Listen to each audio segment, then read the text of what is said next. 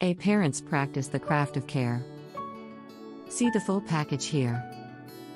To say I've never been a modest dresser may be an understatement.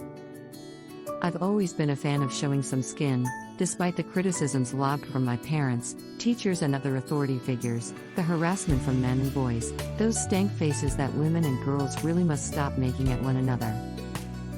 I dipped my toe in the body-bearing waters in middle school and have since come to know, love and rock catsuits, booty shorts, thigh-high boots and other items that are regarded as sexy, even if the super sexy Leo woman wearing them didn't have sex on her mind when she picked them out.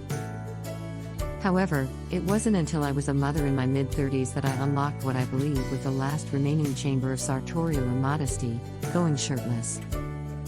Out and about in public with just a bra. I'm both surprised that it took as long as it did and clear on why that was. Bras have always been one of my things, my little obsessions. From the moment I started wearing one, I've almost always had to wear one. My sweet chariots have always been large and have always swung low. I decided to embrace brassieres wholeheartedly, searching for the prettiest ones, matching them to my panties, when applicable, and over the rest of my outfit.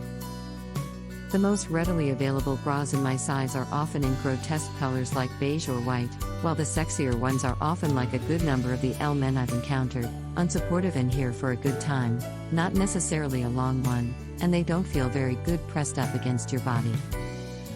Despite the challenges, I've spent years editing an impressive collection of bras for almost any occasion.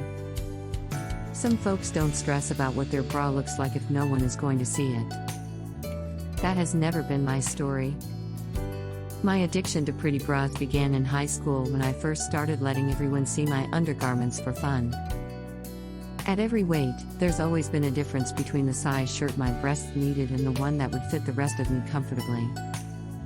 Teenage me realized I could either get a larger blouse or wear a pretty bra and go an open button, or two, beyond what most people would consider appropriate. Back then, when I was a heavier girl with a big stomach with eating disorders dating to age 11, I thought that my breasts were one of the few good things about my body. As such, they were often a very significant part of my outfit. In college, a friend once exclaimed, "Jamilah, your cleavage is offensive." This may have been a bit of projection on her also-immodest dressing part and maybe some fat shaming too, but for real, I used to wear my boobs out.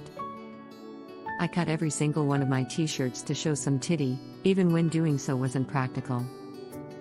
I once took some scissors to a Malcolm X shirt and I had to cut on a diagonal to make sure I didn't cut Brother Malcolm's face. That really should have been a wake-up call.